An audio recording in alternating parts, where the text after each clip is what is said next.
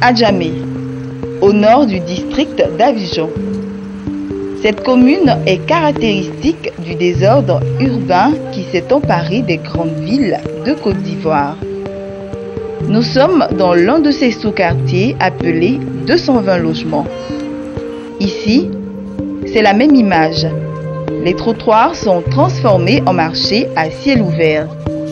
Le quartier est gagné par les gares spontanées, les encombrements, les occupations anarchiques des voies publiques, l'insalubrité et l'insécurité.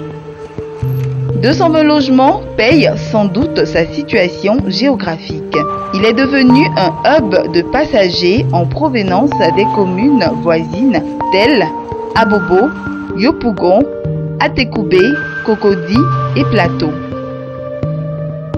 Selon les statistiques issues du recensement général de la population de 2005, la commune d'Adjamé enregistre 2,5 millions d'habitants le jour et 300 000 la nuit. Ce désordre est silencieusement observé par ces tours. Les 5 tours jadis célèbres. Aujourd'hui, elles ne sont plus que l'ombre d'elles-mêmes. Harmattan, Alizé,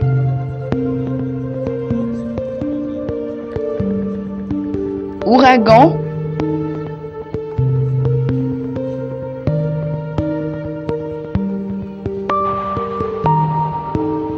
Sirocco,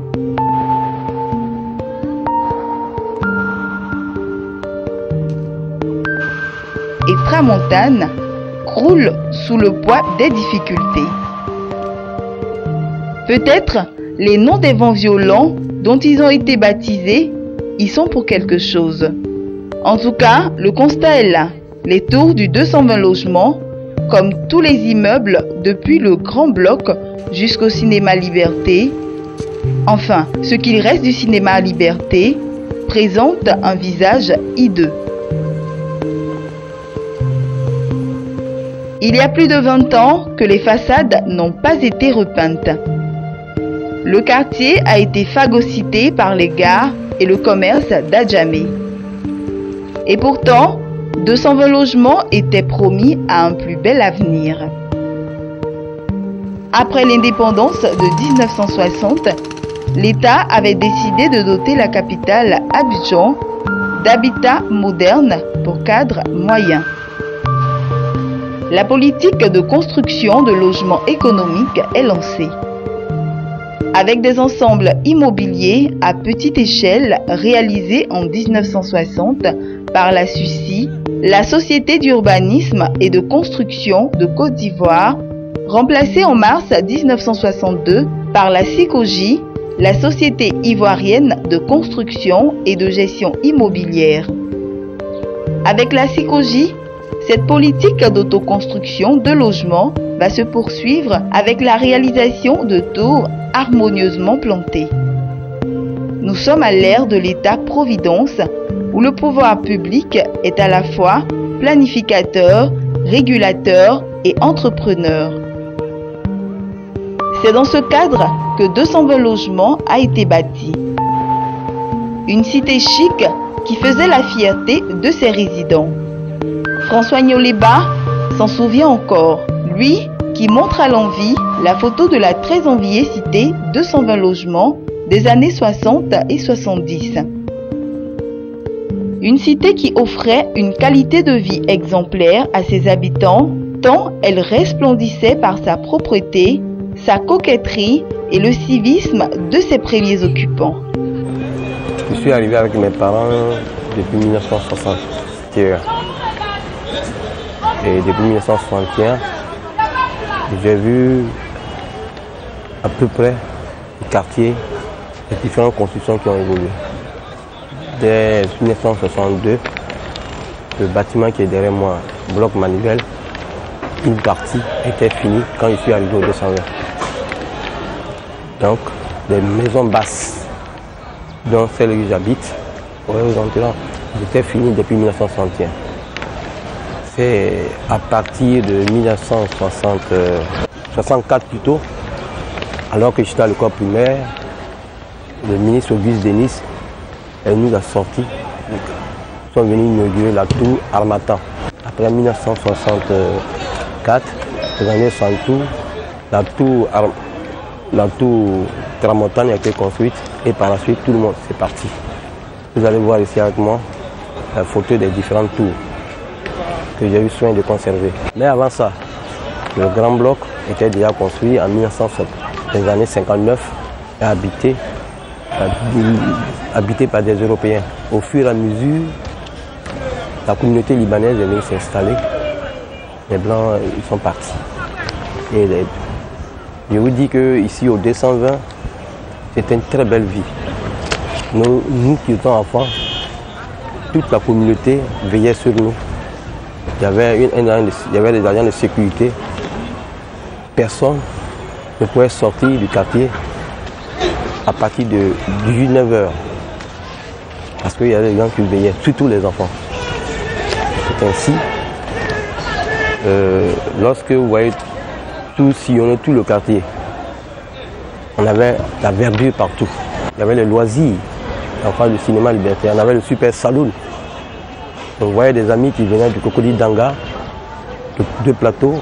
Attends, c'est pas encore construit, tout le monde venait là pour regarder le cinéma. Parce que c'était un grand cinéma.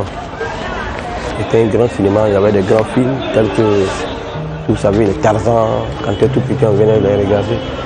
Vous comprenez bien que vous êtes bien à l'aise. Comme François, Jean-Marie aussi est nostalgique. Il se souvient du passé glorieux de son quartier, lui qui y réside depuis plus de 30 ans. Je dirais que c'était une cité par le passé qui a été habitée par des cadres de ce pays. Bon nombre de cadres aujourd'hui, de politiciens, ont habité cette cité.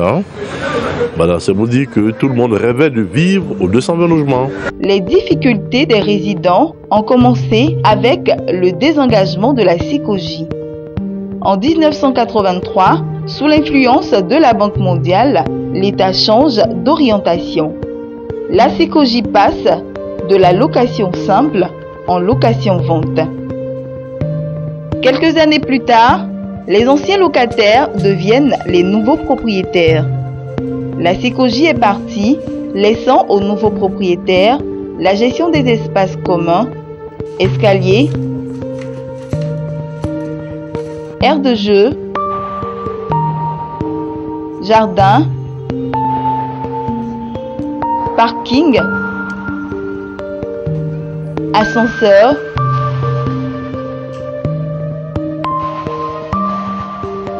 stationnement et cours intérieure. Très vite, ces derniers se sont organisés. Ils ont mis en place des syndicats de résidents pour gérer la copropriété. Chaque tour a son propre syndic. Le syndic de copropriété gère dans ses différents aspects financiers les parties communes et les équipements collectifs pour le compte de ses différents copropriétaires. Il assure l'entretien et la maintenance des locaux ainsi que les relations avec les fournisseurs. Pascal Boloublé est le président du syndic de la tour Tramontane. Doumbia Lassiné, lui, dirige celui de l'immeuble Harmattan. En fait, les deux tours partagent les mêmes problèmes. Il y a aussi le problème de la sécurité. Avant, il n'y avait pas de vigile sur nos tours, mais aujourd'hui, nous avons 2 vigiles. Un la journée, un la nuit. Pourquoi? Parce qu'on a des voisins, les enfants, il y en a qui n'ont jamais accédé à l'immeuble, par curiosité, qui viennent. Il y a aussi des jeunes de 17 ans, 20 ans dans la découverte du sexe. Tard dans la nuit, ils rentrent là-bas, ils sont dans les marches. Et la vie occidentale a fait que quand tu vois les jeunes dans les escaliers, on ne peut rien leur dire parce que on s'est dit que bon, ils ne sont pas chez moi, donc ils ne me dérangent pas. Mais par contre, ils dérangent l'ensemble des résidents.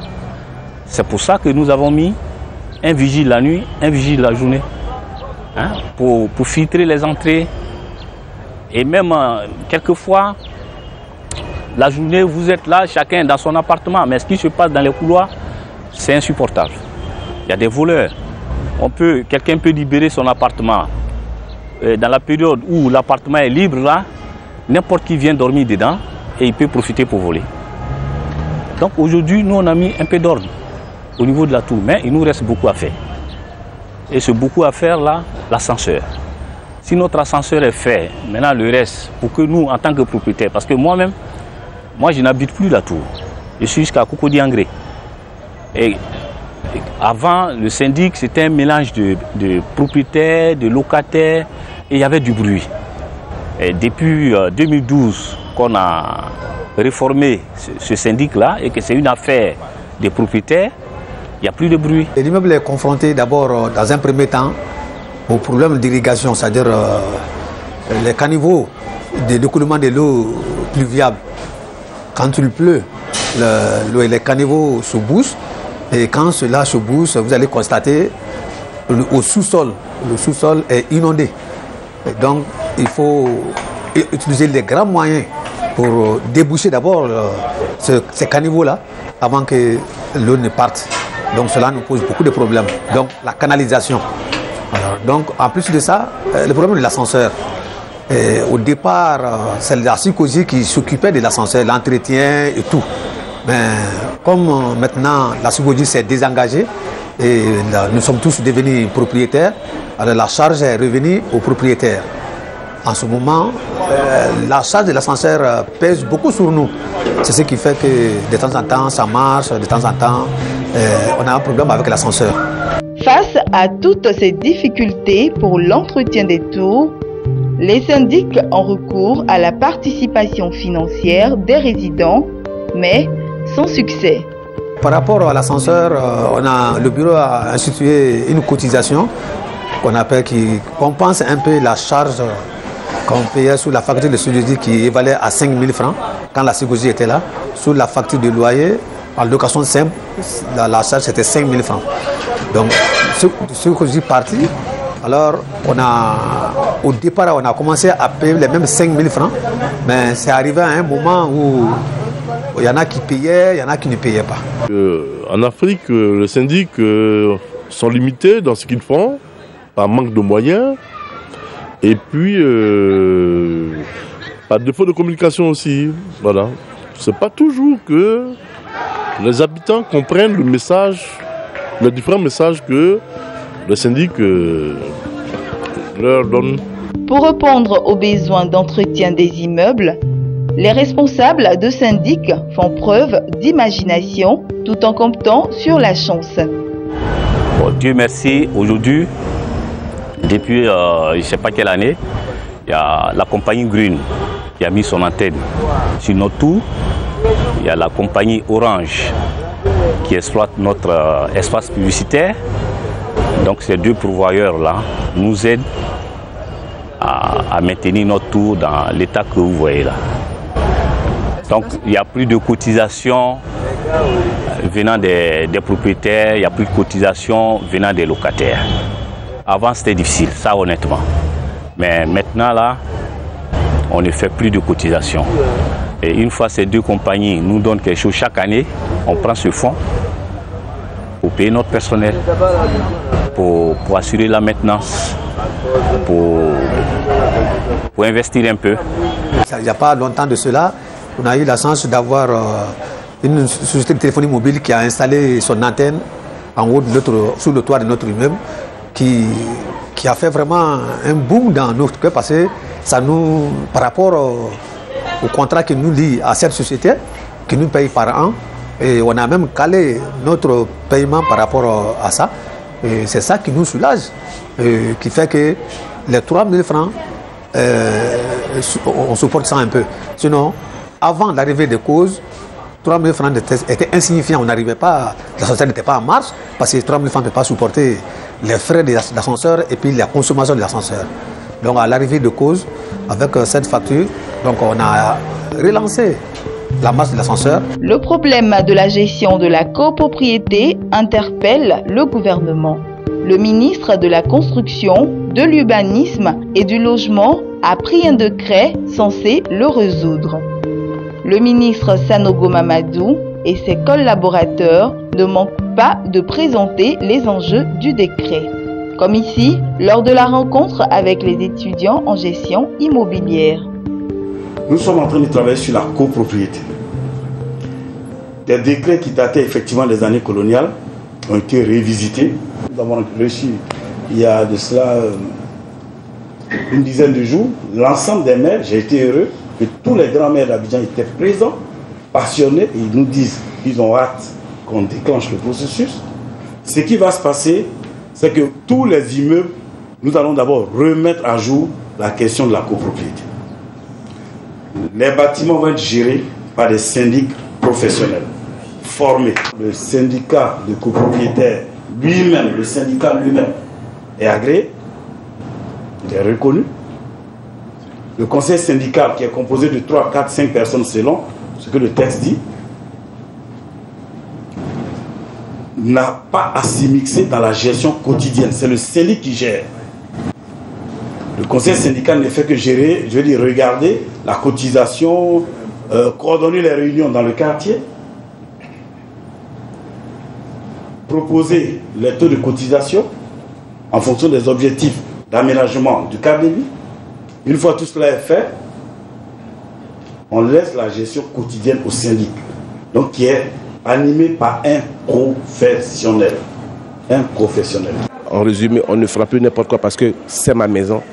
Il y a un policier, il y a un petit maire du quartier qui régente le quartier et c'est auprès de lui qu'il faut prendre certaines autorisations pour occuper les espaces qui sont en commun. Mais il est là pour défendre les intérêts de tout le monde, donc il ne permettra pas à une personne, Pierre ou Paul, d'occuper cet espace qui n'apporte aucun intérêt aux autres. Donc il va plutôt défendre les intérêts de la communauté. Le nouveau décret sur la copropriété comme solution à l'insalubrité et à l'insécurité des cités. Encore faut-il que les syndics en soient informés. Nous avons vu